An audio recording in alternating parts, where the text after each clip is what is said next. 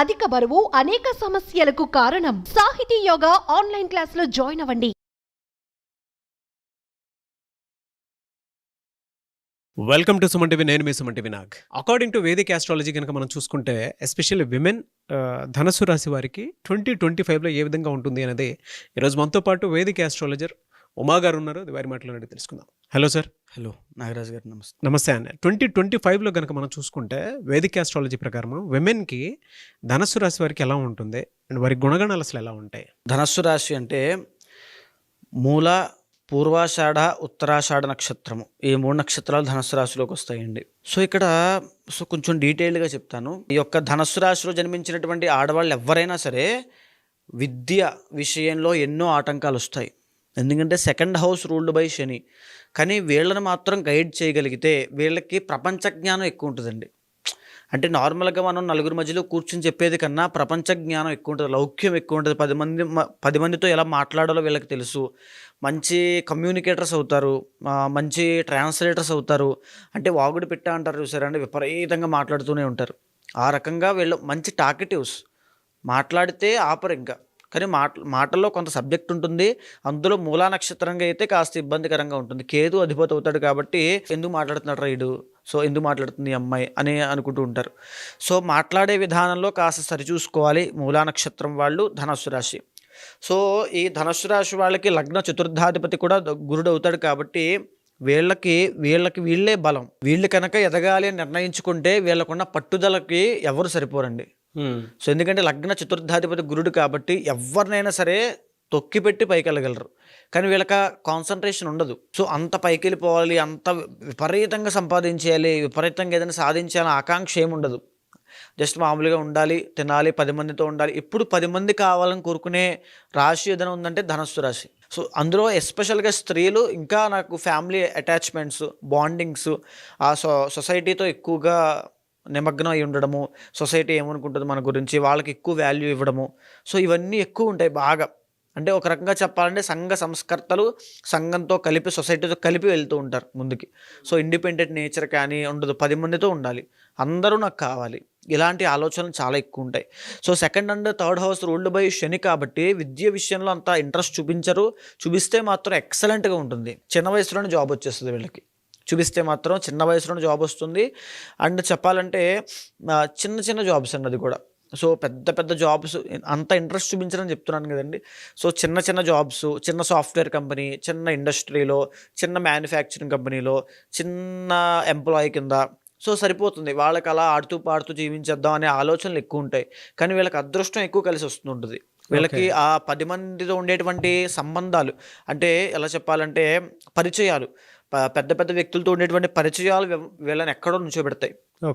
అదేవిధంగా వీళ్ళు చాలా జాగ్రత్తగా ఉండాల్సిన అంశం ఏమిటంటే పంచమ స్థానము, పంచమ వ్యయాధిపతి కుజుడు అవుతాడు కాబట్టి సంతాన సమస్య ఖచ్చితంగా ఉంటుంది వీళ్ళకి. PCOS ఎక్కువగా ఉండేటువంటి స్త్రీలు ఏ రాశిలో ఉంటారంటే ధనస్సు రాశి. చాలా జాగ్రత్తగా ఉండాలి. బ్లడ్ విషయంలో చాలా జాగ్రత్త తీసుకోవాలి.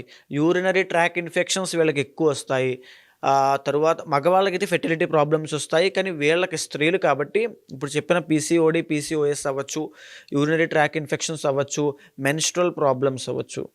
ఆడవాళ్ళకి సంబంధించిన ఇబ్బందులు ఖచ్చితంగా వీళ్ళకి వచ్చే అవకాశాలు ఎక్కువ ఉంటాయి. వీళ్ళు వాటికి సంబంధించి చాలా జాగ్రత్త తీసుకోవాలి. శుక్రవారం నాడు ఎస్పెషల్గా ఈ స్త్రీలు శుక్రవారం నాడు ఒక పూట భోజనం చేసి ఇంకొక పూట పలహారం చేసి మహాలక్ష్మీదేవిని ఆరాధన చేస్తే వీళ్ళకి ఆరోగ్య సమస్యలు పోతాయి. దీంతో పాటు ప్రికాషన్స్, ఉదయం లేవడము, తర్వాత హెల్దీ స్లీప్ ఉండాలి. ఇవన్నీ హెల్దీ ప్రికాషన్స్ ఖచ్చితంగా తీసుకోవాలి వీటితో పాటు. అదేవిధంగా వీళ్ళకి ఎస్పెషల్గా ధనుస్సు రాశి స్త్రీలు సప్తమ దశమాధిపతి బుధుడు అవుతాడు కాబట్టి చుట్టరికము, బంధువులు, చుట్టాలు వీళ్ళకి సంబంధించినటువంటి సంబంధం వస్తుంది. కానీ మ్యారీడ్ లైఫ్ అంతంత మాత్రంగా ఉంటుందండి. వీళ్ళకి ఇష్టం లేని మ్యారేజ్ చేయడము. వీళ్ళకి అంత ఇష్టం ఉండదు. ఏదో ఇంట్లో వాళ్ళు చేసుకోమంటున్నారు, చేసుకుంటారు. ఇది ఇంట్లో వాళ్ళు కాపురం చెయ్యాలి. అంతే, భార్య భర్త. ఆ రకంగా ఏదో ముందుకు వెళ్ళిపోతుంది తప్ప అంత లవ్ మ్యారేజ్ చేసేసుకుని అంత సూపర్గా ఉండేటువంటి మ్యారీడ్ లైఫ్ కాదు. అదేవిధంగా వీళ్ళు జాబ్ కన్నా బిజినెస్లో చేస్తే బాగా రాణించగలుగుతారు. కానీ దాంట్లో కూడా కాన్సన్ట్రేషన్ మిస్ అవుతూ ఉంటుంది. వీళ్ళు కాన్సన్ట్రేట్ చేస్తే దేన్నైనా సాధిస్తారు. ఇది ఫస్ట్ బేసిక్ పాయింట్ అండి. కానీ వీళ్ళు కాన్సన్ట్రేట్ చేయరు. చేయరు, వీళ్ళకి అది ఉండదు. చిన్న జాబ్, ఇందా నేను చెప్పాను, చిన్న జాబ్, చిన్న ఎంప్లాయీ, చిన్న కంపెనీ, చిన్న బిజినెస్, చిన్నది సరిపోతుంది. అంటే అప్పటికప్పుడు చూసుకుంటారు తప్ప అంత ఫ్యూచర్ ప్లాన్స్ ఏమి గట్టిగా ఉండవు, అంత వ్యాస్ట్గా ఏమి ఆలోచించేటువంటి మన రిలేషన్షిప్లో అయితే రిలేషన్షిప్ బాగుంటుంది. బ్రేక్స్ ఉంటాయి, ఎందుకంటే కుజుడు రూల్ చేస్తాడు కాబట్టి ఖచ్చితంగా బ్రేక్స్ ఉంటాయి. సో ఖచ్చితంగా బ్రేక్స్. అందులో మూలా నక్షత్రంలో పుట్టేటువంటి అమ్మాయిలకి అయితే కాస్త తల్లికి వాళ్ళకి ఉండేటువంటి రిలేషన్ విషయంలో ఇబ్బందులు వచ్చే అవకాశం ఉంటుంది. అంటే ఇది చెప్పేది బ్లూ ప్రింట్ అండి. సో దీనికి పైన జరగచ్చు, కింద జరగచ్చు. అంటే ఇప్పుడు ఫర్ సపోజ్ తల్లికి వాళ్ళకి రిలేషన్ ఎక్సలెంట్గా ఉండొచ్చు, లేకపోతే తల్లి అనేటువంటిది ఒక లోటు. సో మీకు అర్థమైంది కదా, తల్లి అనేటువంటి లోటుగా కనబడచ్చు. సో మాతృగండం అవి ఉంటాయి. సో చాలా జాగ్రత్తగా ఉండాలి మూలా నక్షత్రం అయితే. 2025లో కనుక మనం చూసుకుంటే వీళ్ళకి అంటే ఫినాన్షియల్గాను అన్ని రకంగాను ఏ మంత్లో ఏ విధంగా ఉంటుందని. సో ముఖ్యంగా మనకి 2025వ సంవత్సరంలో వీళ్ళకి 4వ స్థానంలోకి శని రాబోతున్నాడు మార్చి 30 తర్వాత. అంటే అర్ధ అష్టమ శని అంటాము. 4వ స్థానంలోకి శని వస్తే అర్ధ అష్టమ శని. 3వ స్థానంలోకి రాహు రాబోతున్నాడు. ఎక్సలెంట్గా రాహు రిజల్ట్స్ ఇస్తాడు. అదేవిధంగా 7th హౌస్లోకి గురుడు రాబోతున్నాడు. సో వీళ్ళకి కొత్తగా పెళ్ళి చేసుకునేటువంటి అవకాశాలు ఎక్కువగా కనబడుతున్నాయి. తరువాత రాహు చాలా బాగున్నాడు కాబట్టి విపరీతమైనటువంటి ఎంజాయ్మెంట్ 2025 ధనస్సు రాశి వాళ్ళకి వాళ్ళ ఇయర్, అంటే వాళ్ళ యొక్క జీవితాన్ని నచ్చినట్టుగా గడపడానికి కావాల్సినటువంటి సంవత్సరము టైము 2025 ఎక్సలెంట్గా ఉంటుంది. కానీ శని దోషము కొద్దిగా కనబడుతోంది, అర్ధాష్టమ శని దోషం కాబట్టి. సో అది మేజర్గా అంత ఎఫెక్ట్ ఏమి ఉండదండి. కార్యహాని అంటే పనులన్నీ లేటుగా అవుతుంటాయి, ఆ దోషం తప్ప పెద్దగా శని ఇబ్బంది పెట్టడం అలాంటిది ఏముండదు. సో కుటుంబ సభ్యులతో మాత్రమే మీరు ఆచితూచి వ్యవహరించాలి. అంటే తల్లితో కానీ తండ్రితో కానీ కుటుంబంలో ఎవరున్నా వాళ్ళందరితో చాలా జాగ్రత్తగా మాట్లాడాలి. ఎందుకు అంటే అర్ధాష్టమ శని నడుస్తున్నప్పుడు కుటుంబ సభ్యులకి మీకు తగాదాలు పెడతాడు, టెస్ట్ చేయడానికి. మీ యొక్క బంధాన్ని ఉంటుందా ఊడిపోతుందా చూడడానికి చాలా టెస్ట్ పెడతాడు శని. సో కుటుంబ సభ్యులతో చాలా జాగ్రత్తగా ఉండండి. ఒకవేళ కొత్తగా వివాహం చేసుకోబోతున్నారు అనుకుంటే చేసుకున్న తర్వాత కూడా చాలా జాగ్రత్తగా ఉండాలి. అండ్ అష్టమ స్థానం వీళ్ళకి చంద్రుడు అవుతుందండి. పెళ్ళి అయిన తర్వాత అత్తగారితో చాలా తగులు వస్తాయి. అత్తగారు వాళ్ళ అమ్మగారు, అంటే అత్తయ్య గారు వాళ్ళ అమ్మగారితోనూ వాళ్ళతోనూ తగులు రావడం, ఆడవాళ్ళు. సో ఇక్కడ ఆడవాళ్ళే శత్రువులని ఒక మాట ఉంటుందండి. అది ధనుస్సు రాశి వాళ్ళ స్త్రీలకి ఖచ్చితంగా రాశారేమో, ఎందుకంటే 6th హౌస్ రూల్డ్ బై మళ్ళీ శుక్రుడు అవుతాడు కాబట్టి. ఆడవాళ్ళు అంటే ఈ ధనుస్సు రాశి స్త్రీలు, ఈ అమ్మాయి ఉందనుకోండి, ఈ అమ్మాయి ఎదుగుతుంటే ఏదైనా పని చేసుకుంటూ ఉంటే పక్కనున్న ఇంకొక అమ్మాయి ఓర్చుకోలేదు, అది మళ్ళీ ఈ అమ్మాయి కంట్లోనే పడుతుంది. సో దీనివల్ల ఈ అమ్మాయి విపరీతంగా డిప్రెషన్కి, యాంగ్జైటీకి గురవుతుంది. సో అష్టమ స్థానంలో చంద్రుడు అంటే బయటికి చెప్పుకోలేరండి, ఎమోషనల్గా ఉంటారు. అంటే 10 మంది తెలుసు, 10 మందితో ఉంటారు, కానీ వీళ్ళ బాధ వీళ్ళే. 10 మంది చుట్టూ ఉన్నా సరే వీళ్ళు మాత్రం లోపల ఏదో సంథింగ్ బాధపడుతూనే ఉంటారు. అలాంటి బాధలు ఉంటాయి. సో ఇక్కడ చెప్పేది ఏంటంటే మీ టైం రాబోతుంది 2025 అనేది ధనుస్సు రాశి స్త్రీలకి ఎస్పెషల్లీ ఎక్సలెంట్గా ఉంది. ఏ మంత్ నుంచి? మే దగ్గర నుంచి ఇయర్ ఎండ్ వరకు. ఓకే, అక్టోబర్ దాకా ఎక్సలెంట్గా ఉందండి. దోషాలు ఏముంటాయి సార్ అసలు వీళ్ళకి? మే వరకు ఉండేటువంటి దోషం ఏంటంటే మార్చి నుంచి మే దాకా చాలా జాగ్రత్తగా ఉండాలి.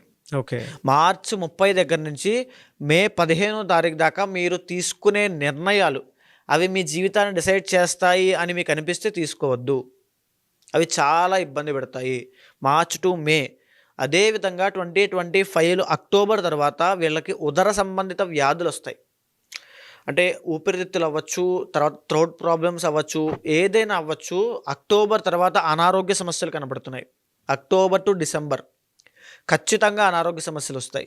హాస్పిటల్ పాలయ్యే అవకాశాలు ఉంటాయి, అవమానపడేటువంటి అవకాశాలు ఉంటాయి, డబ్బులు నష్టపోయేటువంటి అవకాశాలు ఉంటాయి. ఈ ధనుస్సు రాశి స్త్రీలు అక్టోబర్ నుంచి డిసెంబర్ దాకా ఎస్పెషల్లీ చాలా కేర్ తీసుకోవాలి. మే టు అక్టోబర్ మీ టైం, ఇష్టం వచ్చినట్టుగా మీరు ఉండొచ్చు, ఎంజాయ్ చేయొచ్చు. అంటే జీవితంలో అన్ని శుభకార్యాలు జరగడము, మీకు నచ్చినటువంటి కోరికల్ని సిద్ధించడము, అంటే డబ్బు రావడము, అన్నీ చాలా ఎక్సలెంట్గా చాలా బాగుంది లైఫ్ అనిపిస్తుంది.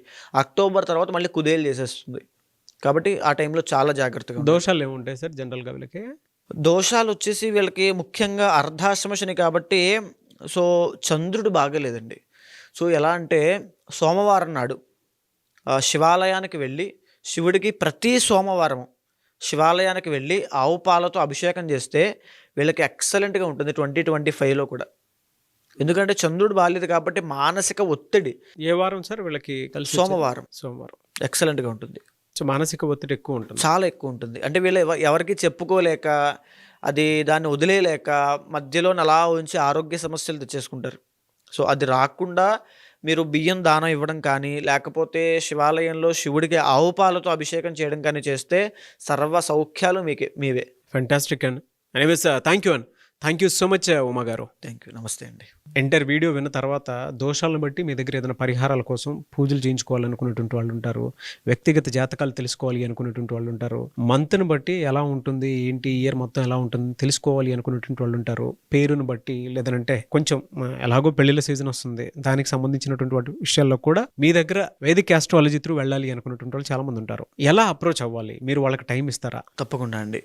సో ఇప్పుడు మనం మాట్లాడుకునే 12 రాశుల స్త్రీలకు ఎలా ఉంటుంది, 2025 వాళ్ళ గుణగణాలు ఇవన్నీ కూడా మనం గోచార ఫలితం ఆధారంగా మనం చెప్పడం జరిగిందండి, ఒక బ్లూ ప్రింట్ లాగా. అయితే వాళ్ళ జీవితంలో వచ్చేటువంటి పరిస్థితులైనా సంఘటనలైనా మిగతా 60% డిసైడ్ చేసే ఇండివిజువల్ జాతకం మీద కూడా ఆధారపడి ఉంటుంది. ఖచ్చితంగా దాన్ని కూడా గమనించాలి. ఎప్పుడైతే దాన్ని గమనించి దీంతో సమన్వయం చేసి మనం పరిహారం ఆచరించామనుకోండి, తప్పకుండా నెరవేరుతుంది. ఏ పనైనా ఏ కోరికైనా సరే ఒక పరిహారం, ఒక రెమెడీ ఖచ్చితంగా ఉంటుంది. అది చేయడం వల్ల ఖచ్చితంగా నెరవేరుతుంది. సో అలాంటి వాళ్ళు ఎవరైనా ఉంటే కనుక కింద కనిపించేటువంటి నెంబర్కి కాంటాక్ట్ అయితే ఖచ్చితంగా నేను మాట్లాడుతాను. ఏదైతే సమస్యతో ఉన్నారో అది ఖచ్చితంగా నేను క్లియర్ చేస్తాను. Anyways thank you so much Uma గారు. నమస్తే అండి. చూసారు కదండి వీడియో. ఈ వీడియోపై మీ అభిప్రాయం కమెంట్ బాక్స్లో పోస్ట్ చేయండి. మీరు గనక వేదిక్ ఆస్ట్రాలజీ త్రూ మీ జాతక చక్రం ప్రకారం ఏదైనా సరే రెమెడీ తెలుసుకోవాలి అనుకున్నా, లేదంటే కెరీర్లో దేనికి సంబంధించినటువంటి సందేహాలు ఉన్నా కూడా, అది కెరీర్ పరంగా అయినా సరే, ఎడ్యుకేషన్ పరంగా అయినా, వృత్తిపరంగా అయినా సరే, ఆర్థిక పరంగా, దాంతోపాటు మ్యారిటల్ రిలేషన్షిప్లో అయినా సరే ఏదున్నా తెలుసుకోవాలి అనుకుంటే మాత్రం ఉమా గారిని అప్రోచ్ అవ్వాలనుకుంటే స్క్రీన్ మీద మీకు కాంటాక్ట్ నెంబర్ కనిపిస్తుంది అని మీరు కాల్ ఆర్ మెసేజ్ వాట్సాప్ చేసి అపాయింట్మెంట్ బుక్ చేసుకోండి. ఈ వీడియో లైక్ చేయండి, షేర్ మాత్రం తప్పకుండా చేయండి. ఇలాంటి మరిన్ని వీడియోస్ కోసం మా ఛానల్ ఫాలో అవ్వండి. Thank you.